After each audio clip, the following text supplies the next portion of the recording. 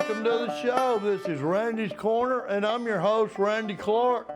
And I'm gonna skip all that stuff I usually do, traffic court and all that this morning, because I got two very special guests, and we still got the Marble Festival going on at Central Park across from Bluebell Creameries. And I've got two special guests this morning. I've got Mr. Enzo Torcoletti. Correct. Beautiful. I've been practicing all night, Enzo. And I also have Dr. Larson. Robert? There you go, Dr. Robert Larson. And I tell you what, I got some questions I want to ask you, but I'm just going to throw these on the side, and we're just going to have a regular conversation. Is that okay with y'all? That's fine. Well, welcome to Randy's Corner. And I see you got your beautiful wife, Chris, over here with you today. And Dr. Larson, could you just tell us a little bit about yourself, pleasure? Well, I taught for 30 years at Northwest Florida State College in Florida, and taught humanities, philosophy, sculpture, and that gave me an income where I could sculpt and not have to worry about selling pieces, Right. which really was wonderful. I was independent. I didn't have to make a living at it. I could make anything that I wanted to see. Didn't have to worry if anybody else liked it, except my wife. It's always good to. Well, always got to please them. Right. Enzo? Well, I taught for 36 years at Flagler College in St. Augustine, Okay. and I taught sculpture, drawing, printmaking, art history. 36 years, I had to vary it a bit. I didn't Right. want to teach the same thing all the time. That's right. And of course, at the same time, I was doing sculpture, and I've been doing sculpture since 1968 when I was in undergraduate school in Canada, University of Windsor. Okay. And I've been doing it all the time, every time I had a chance. Right. Yeah, and so Dr. Larson, how long have you been coming up here to the Marble Festival? Well, I've been coming up since 2014. Enzo had already been here for a few years. Okay. But I've been coming to Sylacauga since early 1970s Okay. to get marble, back when it was Georgia marble, Right. and then Alabama. Right. And it's gone through a number of names, but I've been getting marble from there all these years. Right. I learned to love it. Okay. What, Enzo, how long you been coming? I've been coming since probably, it must have been 2012 or so, or at least that. But I had been here before. I got a block of marble for a commission in Gainesville, Florida in 1981, when Moretti Hara Quarry was still around. Right. But before that, on my way to graduate school at FSU, I drove through Alabama and through Sylacauga and found some marble on the side of the road, and there was somebody at a metal shack there, and I said, "Do you think I can have a piece of this marble on the side?" He said, "If you can pick it up, it's yours." and I picked up whatever I could and put it, I was driving an MGB, Right. and I put it on the passenger seat, and I took it to Tallahassee, and eventually I carved it, and I still have it at home. It's my piece from Alabama, and people wanted to buy it. I never sold it. It's a kind of a nice chunky lady reclining on a pillow. I call it Miss Alabama. That's wonderful. I love that story. And can we talk about Dr. Ted Spears just a minute? Dr. Larson? Oh, he's a wonderful man. Does a great job running this festival. And this year, with his help from his daughter, Tara, I think it's the best we've had. Right. It's improving every year, and it's just great to come back Right. year after year. Right. Enzo?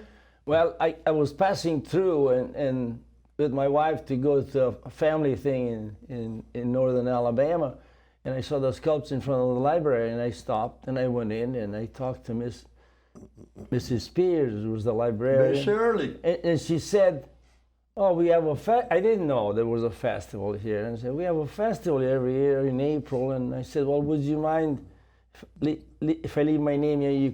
let me know when it happens so I can come back and see you. Right. Well, then during the year, I got a note, a letter from Mr. Spears, Dr. Spears, asking me to come and participate. And I don't know how he found out I was a sculptor because I never mentioned that. You know, I didn't know. I said, I was a little timid because I said, well, I don't know if I can do this, and maybe they are very famous sculptors, and I don't want to think I'm that. So I came, and I really couldn't believe it. You know, the camaraderie of the place, and how nice everybody was, and the welcoming quality of Sylacauga. And I kept thinking, I should move here. You know, this is really nice thing. Right. And I've been coming every time I had a chance. I didn't come last year because my wife was having some surgery, but I come. But you're back this year. Yeah. And we're so glad y'all are here. Now, Dr. Larson, can I talk for a minute about your beautiful wife? I've seen her walking around during the festival, communicating with all the sculptors. Can we go ahead and let the secret out that she may be writing a book? She's writing a book, but not about the carving festival. Okay. She's writing a book about her mother. Right. And her mother had dementia and was in our care for the last 5 years of her life, and Chris is writing a book about that. Well, I can't wait till it comes out. And also, let me mention, Dr. Larson is also going to be the keynote speaker for the Marble Festival this morning, going on at 10 o'clock at the library. So y'all make sure y'all come up and hear what Dr. Larson's got to say. He's a very interesting person. And you know, y'all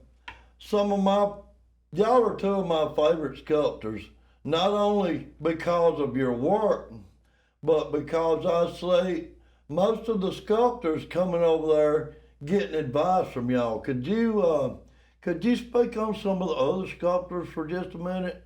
And cause you know, anytime we start something, we're in a learning process. Mm-hmm. And we've got some new sculptors down there and some of the older ones. And I noticed that they'll be coming to you to ask questions. Could you speak on that for a minute? Well, one of the things I like about this festival is everyone up here who's carving wants everyone else who's carving to do their best sculpture. There's not a competition, more of a sharing. Right. We share our tools, our expertise, our friendship. We go to lunch and dinner together, and it's really a good group of people. Right. And the town is like that too. We found the town to be very welcoming. I found this town driving a bunch of students up to Cheehaw to go camping. We'd spend 2 nights on the trail and then come back to the quarry here because one of the leaders of our club was a geologist. And I saw this big sculpture in front of the Comer Museum, and I said, a town with a sculpture, how enlightened. Right. I thought it was weird. And then one of my favorite sculptors has a masterpiece in front of the municipal building. Yes. It's Craig Brown's figure trying to hammer himself out of a piece of stone. I think that's really brilliant. Right. You know? Yeah, it is a nice piece. It is brilliant. And you know, what a lot of people don't know, that sculpture represents the way they did it in the old days. You know, of course now we use dynamite. We get all shapes and forms of rock. But back during the day, if you ride past the railroad tracks by the quarries, you can look down the railroad tracks and see how they done it back in the day. They drilled holes around and then got somebody on top with that big hammer beating on it. That's the way they got it out. Of course, today, you know, we use dynamite. And, you know, I've noticed the trailer out back where y'all get your piece when you first come in. Could you, now this might be hard to do because I've been trying to figure y'all out, and I'm gonna be honest with you, I'm so lucky that Dr. Spears lets me be a part of the Marble Festival because I'm not a sculptor, but I guess as y'all can tell, my trade is talking. But when you first go out to the trailer, when you get here on Tuesday, could you kind of tell the viewers exactly what you're looking for in a rock?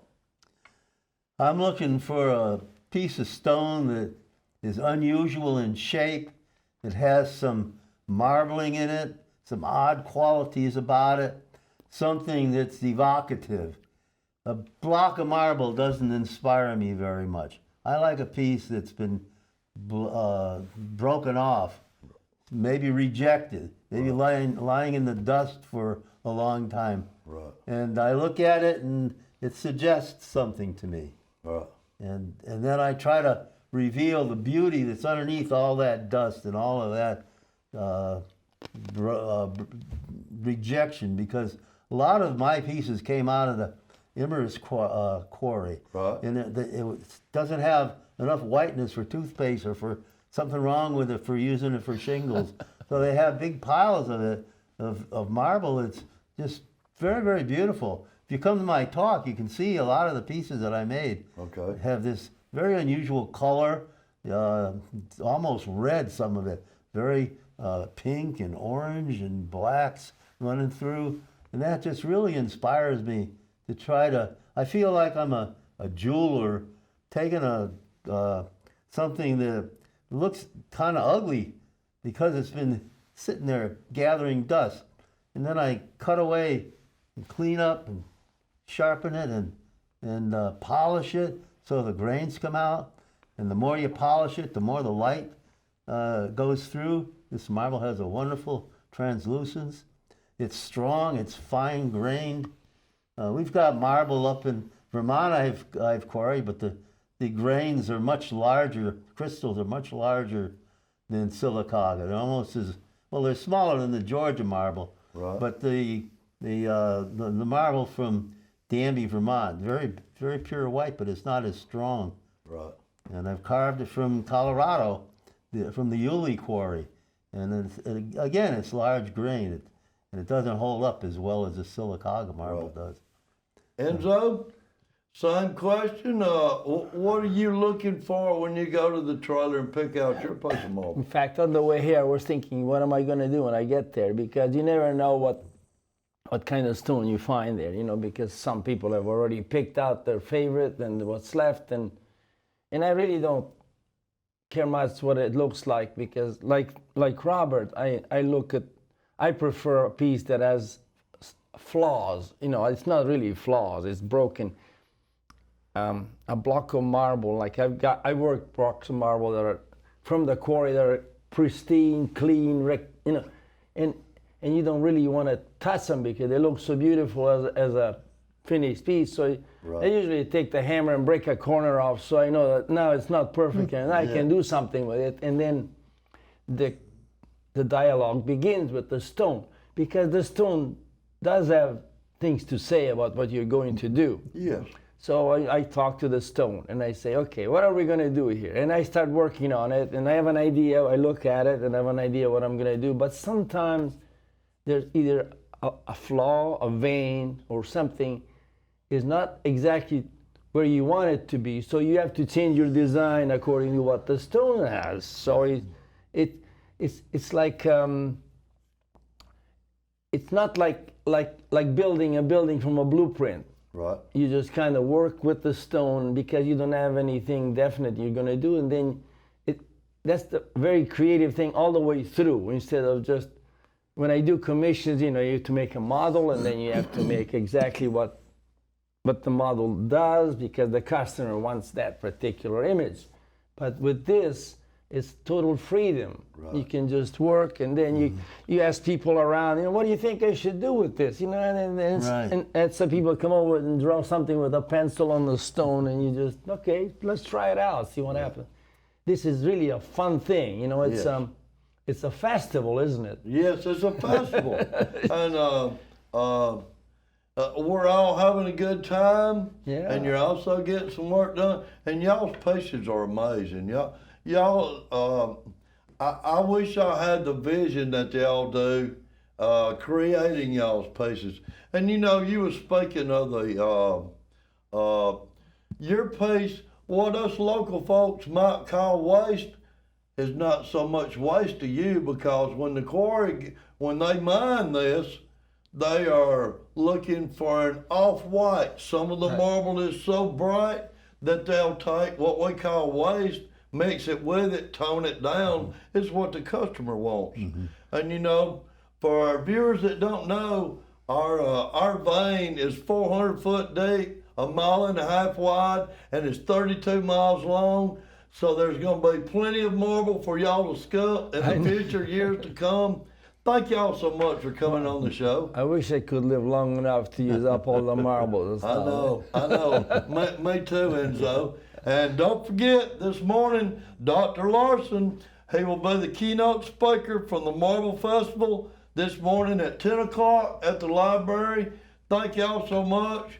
I love the way y'all teach and just have fun. And we want all the viewers to come down to the festival that goes through Saturday. Thank you so much for coming in. Thank you for having We'll me. see you next time on Randy's Corner. Tune in later today, and this broadcast will be on YouTube, and you'll be able to watch Dr. Larson and Enzo again. Thank you much. See you next time.